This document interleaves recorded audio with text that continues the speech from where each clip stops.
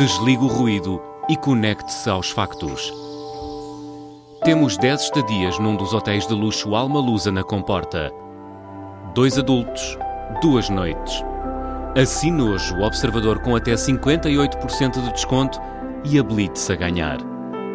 Tudo em observador.pt. Migrações.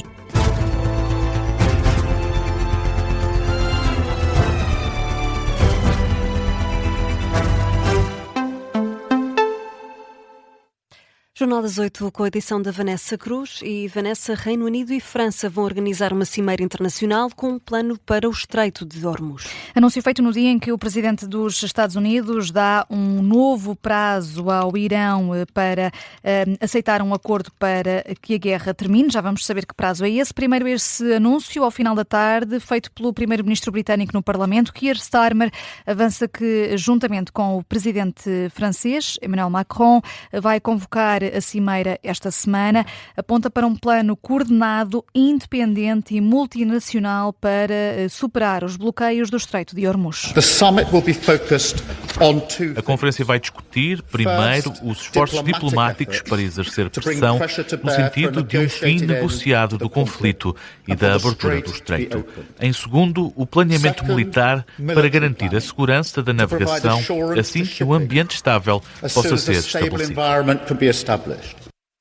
A cimeira vai reunir líderes de cerca de 40 países. Falta ainda saber qual a data em concreto. Ora, o presidente dos Estados Unidos anunciou esta tarde que já está em vigor o bloqueio do Estreito de Hormuz, mas agora decidido pelos próprios norte-americanos que querem interceptar navios que partam de portos iranianos ou da zona costeira e que passem à volta do Estreito. E agora esse novo ultimato de Donald Trump ao Irão, Vanessa. 2 semanas, outra vez, para o Irão aceitar que a guerra termina. É este o novo prazo dado pelo presidente norte-americano, depois de, no fim de semana, terem falhado as negociações com o regime iraniano. Ao fim de 21 horas de conversas, Donald Trump vem agora dizer que Teherão quer fazer um acordo o quanto antes.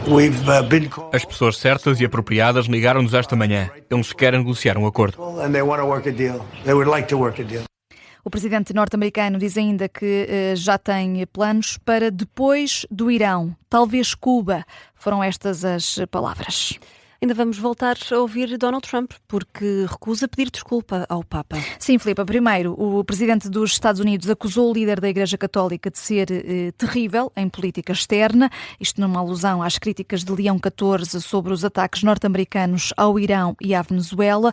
Depois, ouviu a resposta do Papa. Leão XIV disse com todas as letras que não tem medo da administração Trump e prometeu continuar a manifestar-se contra a guerra. Foi depois destas palavras do Papa que Trump rejeitou fazer qualquer pedido de desculpa. Nós acreditamos muito na lei e na ordem e parece que ele tem um problema com isso. Não há nada para pedir desculpa porque ele está errado. O outro assunto que ele não está a gostar está relacionado com o Irão. Mas o Irão quer ser uma potência nuclear para acabar com o planeta. Isso não vai acontecer. Exterminate the world. Not gonna happen. Isso não vai acontecer, é o que diz Donald Trump na Casa Branca. Disse também que o Papa não está a olhar para os crimes que o regime iraniano tem cometido sobre a população. Antes destas declarações, Donald Trump partilhou uma imagem gerada por inteligência artificial como se ele próprio fosse Jesus Cristo. Mas diz agora, Filipe, que não era ele próprio na pele de Jesus, estava sim a representar-se como médico da Cruz Vermelha. Donald Trump que apagou, entretanto, a imagem por causa da onda de indignação que se gerou entre os próprios apoiantes. E Vanessa, em Portugal, Dom José Ornelas critica a Igreja Católica a propósito das compensações financeiras às vítimas de abusos sexuais. Foi na abertura esta tarde da Assembleia Plenária da Conferência Episcopal Portuguesa. O presidente Dom José Ornelas defendeu que a polarização de posições é injusta tanto para as vítimas como para os visados pelas denúncias. Polemizar sobre posições individuais dos membros da Assembleia, sem respeito pela realidade e a verdade dos factos, como aconteceu nos últimos dias, é lamentável e injusto, tanto para as vítimas como para os visados, e não ajuda a uma correta informação. Dom José Ornelas garante, no entanto, que o processo de atribuição de compensações foi sempre conduzido com seriedade, responsabilidade e a pensar nas vítimas. A Igreja Católica acabou por optar por indemnizações que são metade daquilo que era proposto pela Comissão Independente. Dom José Ornelas deixa um aviso para o futuro: o caminho não termina aqui, nem pode voltar atrás. Este discurso de fim de mandato do Presidente da Conferência Episcopal Portuguesa fica também marcado pelo tema das migrações. O também Bispo de Leiria e Fátima condenou os discursos populistas em torno dos migrantes e pede dignidade na integração destas pessoas. Há cansaço e desconfiança, e isso abre espaço ao populismo e a formas de fazer política que se alimentam mais do medo e da manipulação do que da busca sincera de soluções. Regular os fluxos migratórios é necessário, mas nada pode justificar processos desumanos, tempos de espera humilhantes ou formas de integração insuficientes. Legitimar a exclusão, a hostilidade ou o desprezo são atitudes que contradizem o Evangelho e que não contribuem para a afirmação de uma sociedade justa, aberta e a pensar num futuro melhor para si e para o mundo. Atitudes que contrariam o Evangelho, a posição de Dom José Ornelas sobre os populismos e a marginalização dos imigrantes. A Conferência Episcopal Portuguesa decide amanhã o sucessor de Dom José Ornelas na presidência. E Vanessa, está marcado um encontro na Concertação Social para quinta-feira. Em cima da mesa, a reforma laboral. No encontro de hoje, no Ministério, novo avanço. Não, a reunião desta tarde durou apenas 1 hora, terminou a pedido da UGT, que alegou falta de condições para continuar. O secretário-geral, Mário Mourão, dá a entender que a decisão é motivada pela ausência dos presidentes das 4 confederações patronais no encontro no Ministério do Trabalho. As confederações acabaram por ser representadas por dirigentes, digamos, de segunda linha.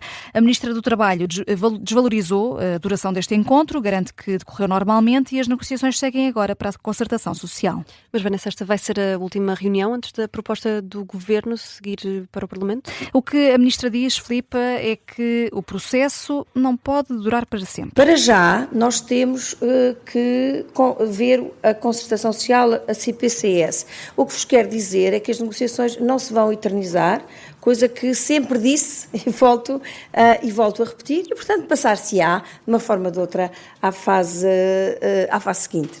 Aviso da Ministra do Trabalho, sendo que no horizonte, ainda sem data marcada, está também uma reunião no Palácio de Belém, convocada pelo Presidente da República, António José Seguro, com todos os parceiros sociais.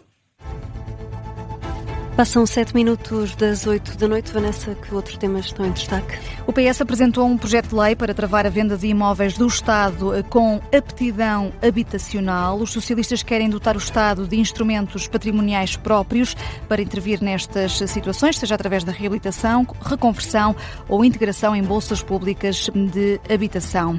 Em outubro, o governo de Luís Montenegro anunciou a venda de 16 imóveis do Estado, uma receita superior a 21 milhões de euros.